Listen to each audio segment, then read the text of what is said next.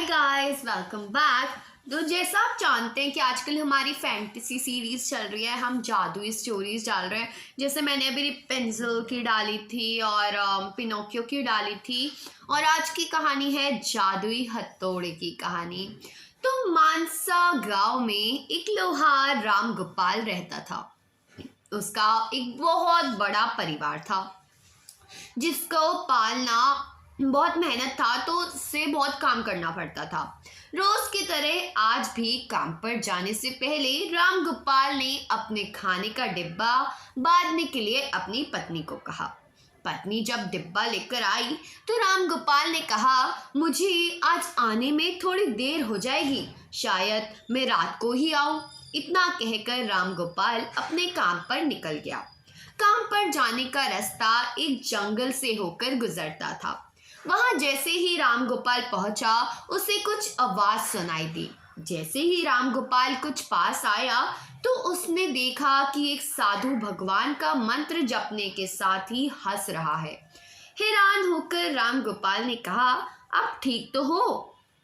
उस साधु को राम गोपाल नहीं जानता था, लेकिन साधु ने एकदम से उसका नाम लेकर कहा, आओ राम गोपाल बेटा, मैं तुम्हारा ही इंतजार कर रहा था। मैं भूखा हूँ, मुझे अपने खाने के डिब्बे से कुछ खिला दो। बाबा से अपना नाम सुनकर राम गोपाल हैरान हो गया, लेकिन उसने कोई सवाल नहीं किया और सीधा अपना खाने का डब्बा निकाल कर उन्हें दे दिया। देखते ही देखते बाबा ने राम गोपाल का सारा खाना खा लिया। इसके बाद उस साधु ने कहा, बेटा मैं तो सारा खाना खा गया, अब तुम क्या खाओगे? मुझे माफ करना। राम गोपाल ने कहा, नहीं कोई बात नहीं, मैं काम के लिए बाजार जा रहा हूँ, मैं वहीं खा लूंगा। यह सुनकर साधु ने राम गोपाल को खूब आशीर्वाद दिया और भेंट के तौर पर एक हथौड़ा दे दिया। राम गोपाल ने कहा, आपका आशीर्वाद काफी है, मैं इस हथौड़े का क्या करूंगा, इसे आप ही रखिए।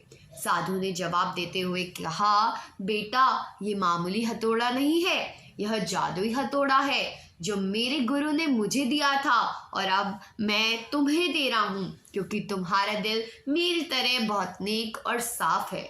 इसका इस्तेमाल अच्छे कामों के लिए ही करना और किसी दूसरे के हाथ में इसे कभी मत देना।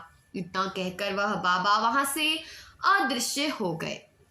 राम गोपाल अपने हाथ में हथौड़ा लेकर बाजार काम करने के लिए चला गया। औजार बनाने से पहले उसके दिमाग में आया कि आज इसी हथौड़े से लोहा पीटता हूँ। जैसे ही उसने लोहे पर हथौड़े से चोट मारी तो सीधा औजार बन गया। दूसरे चोट में लोहे के बर्तन बन गए। यह देखकर राम गोपाल समझ गया कि यह सही में जादुई हथौड़ा है। वो जो बनाने की सोच के साथ लोहे पर चोट मारता, लोहा सीधा वही बन जाता। हथौड़े की वजह से राम गोपाल का काम जल्दी खत्म हो गया और वो अपने साथ ही उस जादुई हथौड़े को घर ले आया। इसी तरह रोज राम गोपाल उस हथौड़े से जल्दी काम खत्म कर लेता और कई बार ज्यादा बर्तन बनाकर उन्हें गांव के लोगों को भी बेच देता था। धीरे धीरे उसके घर के हालात पहले से कुछ ठीक होने लगे। एक दिन गांव का मुखिया उसके घर आया और बोला, हम गांव वालों को शहर जाने में बहुत ज्यादा समय लगता है, क्या तुम अपने हथौड़े से गांव और शहर के बीच आने वाले एक पहाड़ तोड़ने में मदद करोगे? इसके बीच में एक सड़क बना लेंगे और गांव से शहर का सफर आसान और छोटा हो जाएगा। मुखिया की बात सुनकर राम गोपाल ने उस जादुई हथौड़े से उस पहाड़ को तोड़ दिया। मुखिया और गांव के लोग बहुत खुश हुए और उसे बहुत शाबाशी दी। पहाड़ तोड़ने के बाद घर लौटते समय लोहार के मन में हुआ कि इस जादुई हथौड़े से मेरा काम जल्दी हो जाता है, लेकिन कुछ ज्यादा फायदा तो होता नहीं है। इसी सोच में डूबे हुए लोहार घर जाने की जगह दुखी होकर जंगल की तरफ चला गया।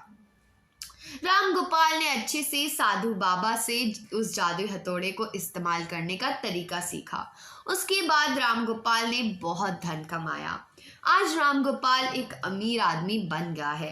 अभी भी वो जब भी ज़रूरत महसूस होती है तो जादुई हथौड़े का इस्तेमाल कर लेता है।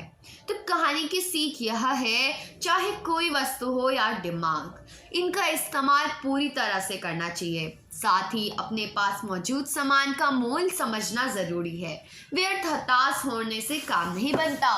तो दोस्तों, आज की कहानी यही थी। मिलते हैं अगली वीडियो में। कहानी अच्छी लगी हो तो वीडियो को लाइक करना, चैनल को सब्सक्राइब करना और जितना हो सके शेयर करना। तो चलो, बाय बाय।